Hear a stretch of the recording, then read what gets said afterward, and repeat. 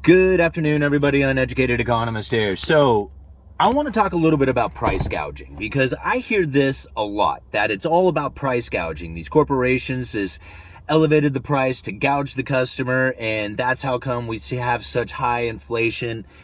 Or that these business owners are knowing that the inflation scenario is a great excuse, and so therefore they'll keep the prices elevated. That's my favorite one. That's the one that I really like, is that they are doing it on purpose to be like greedy business owners.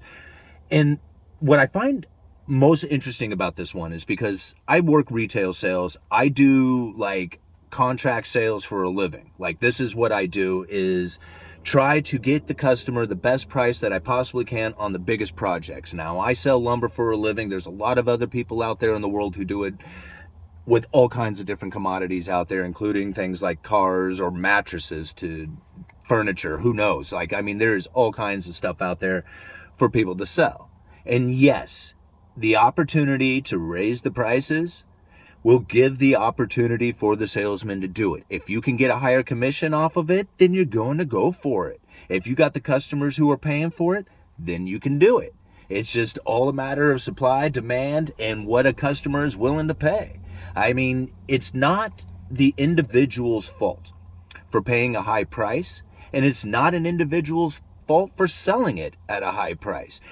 If the two come together and they make a deal, that's a good deal, no matter how you look at it, okay? So now when I hear people saying they are just trying to gouge the customer, well, then go find it cheaper someplace else. Because I guarantee you, if there's a salesman out there looking to make a sale, he will find out how much you are paying for it someplace else, and it'll just be slightly cheaper, okay? And you're thinking, well, what good is that? It's because we're all in competition as salesmen. And if you do it right, you could start finding where the best deals are. And you could start searching out those deals. And as the customers start to drift away from the salesman, they'll start lowering their price. It's all a matter of how you find supply and demand. Same thing with the salesman. The salesman, their supply is the customer.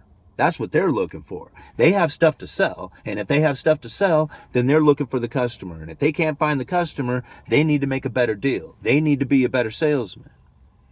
Now, this is really what it comes down to.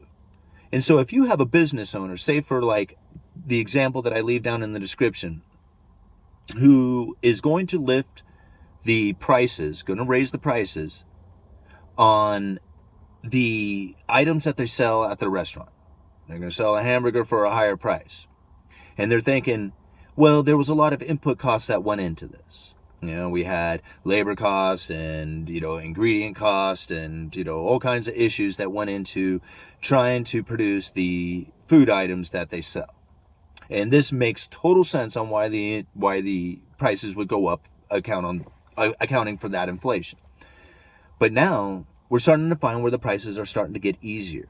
Prices are they're easing off, right? The items are flowing easier, and therefore the unavailable items that were driving the prices are now becoming more available, and therefore the efficiency to these restaurants is now becoming more of a productive means, right? I mean, it's just like, it's not hard to wrap your head around this stuff. As the economy begins to open up, as people begin to spend more, as people are becoming more active, then you're starting to find how the economy is starting to function in a way that it was supposed to, bringing the supply back in line with the demand.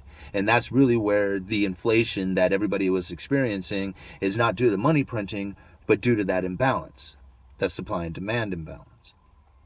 So the restaurant is starting to find the balance again, where the profit is starting to be there, where the efficiency is there.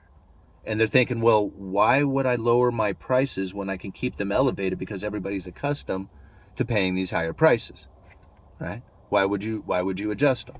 And this is the argument that everybody gives.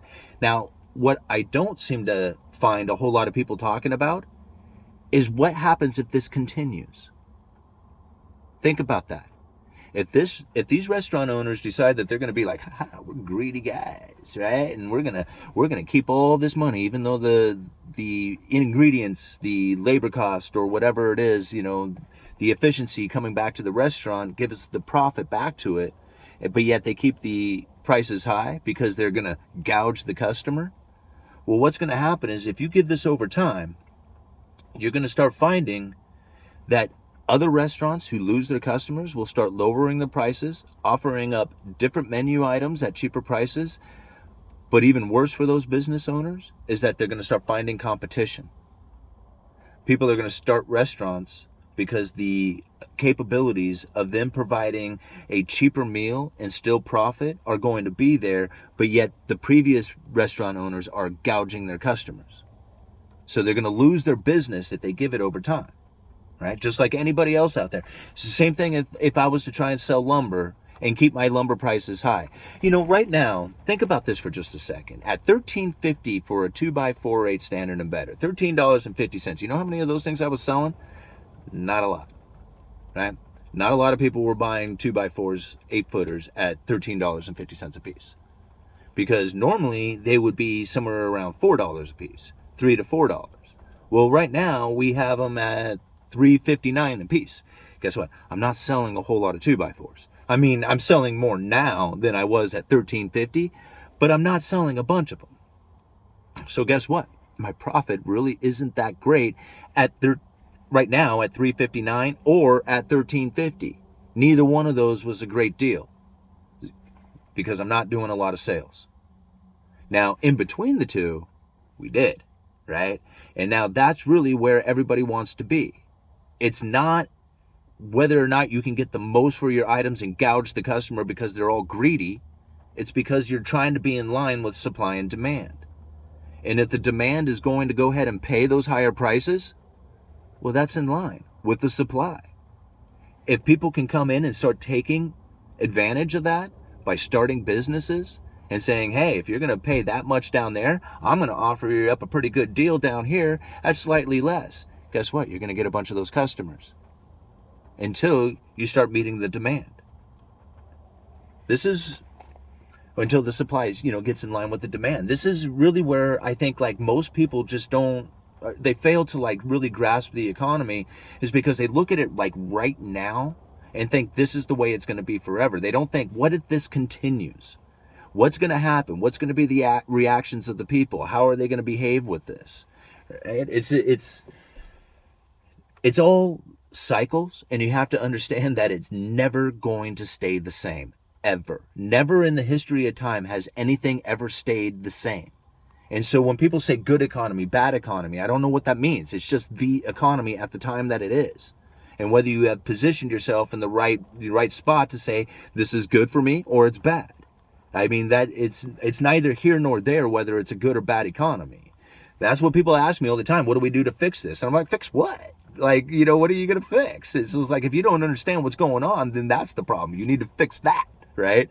That's the problem you need to fix, because you need to position yourself that's going to be most appropriate for you.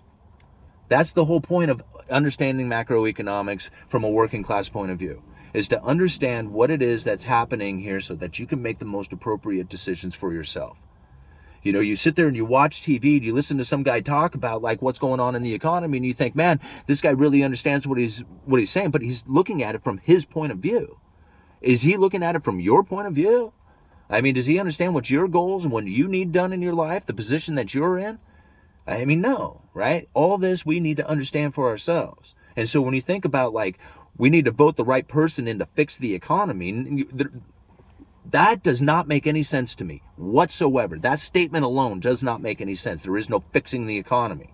It's a matter of positioning yourself so that it's either a good economy or a bad economy, and hopefully you position yourself so it's always a good economy, right? It's just the way it is. It's like good or bad weather, right? How do you go and just make sure that it's always sunny outside? That doesn't make any sense. You can't do that. You have to deal with bad weather because it's just part of it. It's just like anything else out there. Wow, why am I rambling? Okay, I'm ending it. Uneducated Economist. You guys let me know.